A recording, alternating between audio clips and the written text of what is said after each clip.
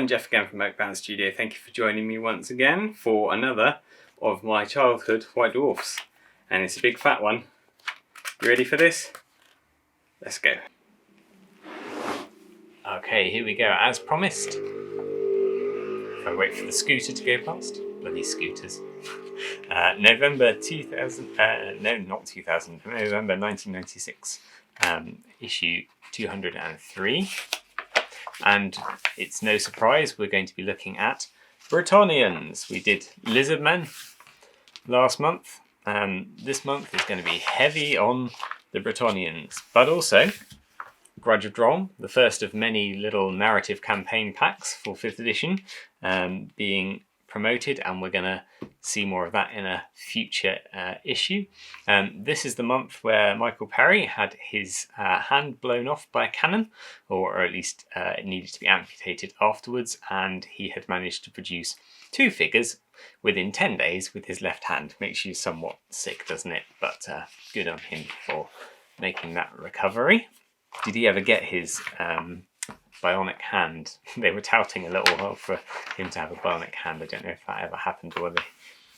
I think it would be quite cool. Not that I would want to substitute my hand for a stump that had a little sculpting tool on it, but you know, a bit piratey, isn't it? Here is that look at the Bretonnian Army book by Nigel Stillman. We're looking at knights, them being pretty central, of course, to Bretonnian folklore, way of life, culture, miniatures certainly. The knight as the central staple of Bretonnian chivalry, and here is all about those, along with their retinues. Fred Reed, store manager of the year, discusses being given a Thunderhawk gunship and turning into a Chaos Thunderhawk gunship for a Chaos army that he does not currently have.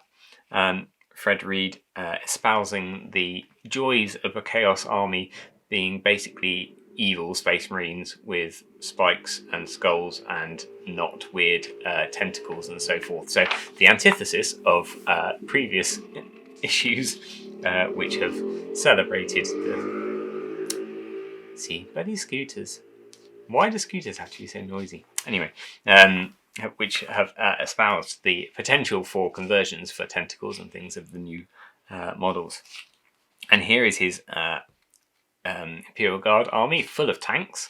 So unrealised 5 years previous, we had to look at the Codex tank markings last issue on epic tanks. Well, here's that on display in 40k scale with these plastic tanks.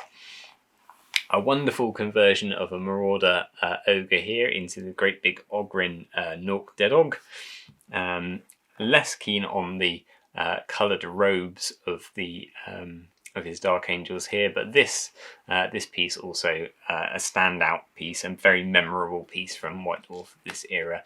The World War One tank converted into a Land Raider, because at this point the older plastic Land Raider kits had been retired and the new ones had not yet been released. So there was a demand for models to represent Land Raiders in 40k, and this size-wise I think actually works a lot better than the official Games Workshop Land Raiders. You could imagine a company of Terminators being able to fit inside one of those behemoths. He's obviously, he likes his tank kits, his historical tank kits as well as his military ones, because this one's been, the inside of this Chimerax apparently has been kitted out with parts from another historical tank kit.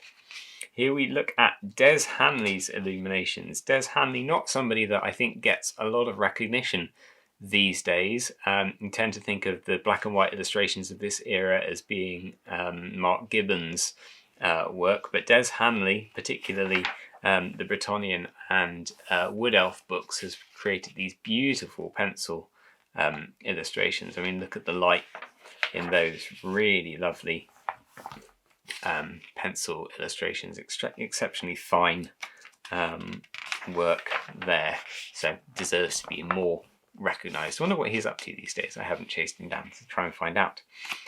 You remember the Sword of Halcyon campaign, the Space Hulk campaign that was running in previous issues? Well, now you can play through the whole campaign yourself, because here are all of the various stages to determine the fate of the Sword of Halcyon. And now we're back on Warhammer 5th edition, and this time we're looking at lizard men, and we're looking at Slaal mage priests.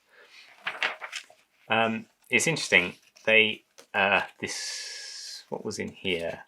Can't remember. I'm sure it'll come to me. Yeah, interesting that they are packing all of this 5th edition stuff into one issue. This is, again, it's another Nigel Stillman piece. We've covered a little bit of the lizard men last issue.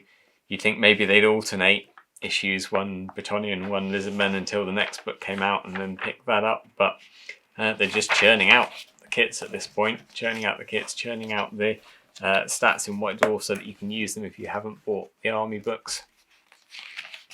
Filling the pages of Fat Dwarf with bits. There's not even, I don't think, anyway, maybe we'll come to it. I don't think there are rules for Ariel, the Mage Queen of Lauren, but the models just kind of snuck out there. You know, there was a big article on Orion a few issues ago, but not so much for Ariel. She doesn't get the coverage because it's all Bretonnians and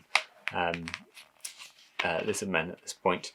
Discussion of one person's view of the Grand Tournament, what armies they took, how it went for them, what they would do differently in future. A scenario, Imperial Guard versus Eldar. Gav Thorpe's first Warhammer 40k scenario, based on the fate of a Imperial outpost that dared to wipe out the Eldar pirates in its sector and the revenge that was taken upon them. Not actually fought through. Maybe in a future issue they will fight this one through so that we can see how it went, but not in this case. Return to Chaos Dwarves, that old White Dwarf favourite. Do you remember the White Dwarf Presents Chaos Dwarf Armies book, because they didn't get a proper Armies book? And the Big Hats have been around a little while at this point. That was a Brian Ansell creation, the Big Hats Dwarfs, and this is a long while after the management takeover when Brian was no longer around again. So those Big Hat Dwarves obviously not getting a lot of love, but getting a lot of love from the White Dwarf team. There was that in issue 200, there was that scenario, Dwarves versus Chaos Dwarves. The following issue had the battle report of that scenario, and we've had various tactics articles on Chaos Dwarves since, and this is yet more tactics for picking a Chaos Dwarf army. So they're obviously trying to promote the Big Hats among followers. Neil Hodgson discusses not so much how to paint models, but some of the theory that goes into why heavy metal miniatures are painted the way they are, the choice of colours, the brightness of colours, how to get crisp, clean colours on your model, how to paint according to a model's position in the army, the importance of assembling kits well, that kind of thing. So less a step-by-step how to paint and more of a look at the kind of theory of how to decide how to paint a model, which is an interesting take to have from somebody who's heading up the heavy metal team that at this moment is producing some really stonking, yes, very bright, very vibrant, but they work so well in photographs. They really understood what they were doing at this point for getting models that would photograph well and show off character and colour in the pages of magazines and on boxes and so forth. And here is the third Nigel Stillman article from this section, and these are all snippets from the Armies book. This one, another snippet from the Bretonnian Army book. Why is this not being held on till next month? Maybe they've got so much for White Dwarf at this point that they just can't stop themselves filling the pages, chunking it all out. But yeah, another model, Morgiana Le Fay, released this month, and so rules for her in White Dwarf. And then we are in the battle report section, now firmly found at the back of the magazine right before the catalogue pages. That's from now on the battle report's position in White Dwarf, at least for a few years. And this one is a Necromunda battle report, as you can see. Judgment Day, the outlawed Escher of the Black Orchid, led by I can't remember.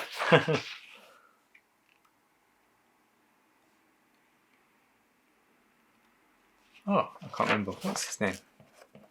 Anyway, Stephen Astasov's Deluxe teaming up with some Arbites. You get the impression from the what Steve's writing here that his choice of taking some hired guns earlier on, that he then, despite doing fairly well with them, couldn't afford to re-employ, has led to his gang being rather depleted. And so in order to try and take down a peg, Warwick Davis, that's his name. No, Warwick Davis? Warwick, anyway. Come on, brain. Have a look in the front. Warwick Davis is the guy from Willow, right? That's not right. Warwick Kincaid.